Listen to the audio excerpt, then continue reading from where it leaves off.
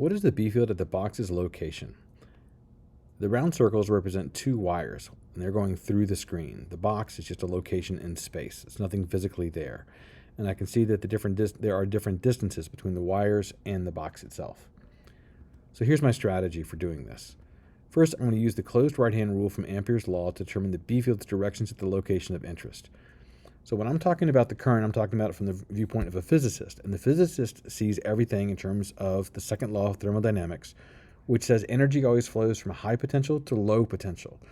That means for our model, that it's going to be positive charges flowing from the plus to the minus of the battery.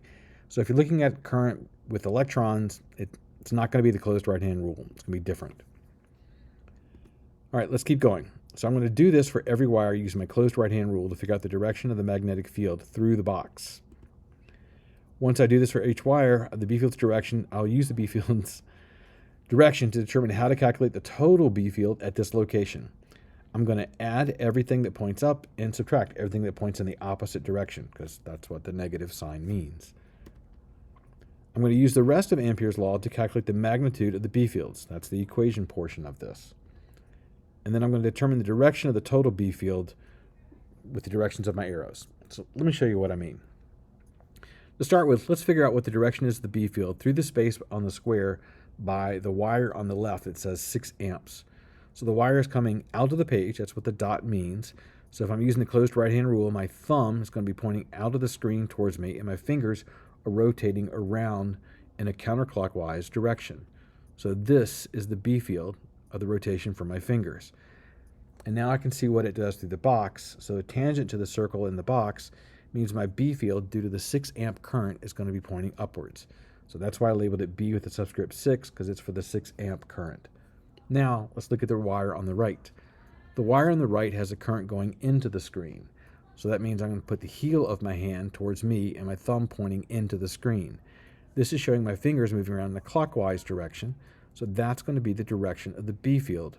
It goes around, and I can see in the box where it is, tangent to the circle, it's going to go downwards. Now, I don't know the true lengths of these two vectors, B6 and B2. I'm just kind of guessing what they might look like.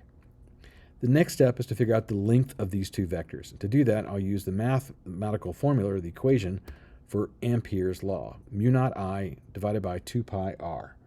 So mu naught is a constant. That's going to be 4 pi times 10 to the negative 7 Tesla meters per amp. But that's one of those things you can look up or have it referenced. The total B field in this case is B6, that is the B field due to the 6 amp current, plus a negative B2.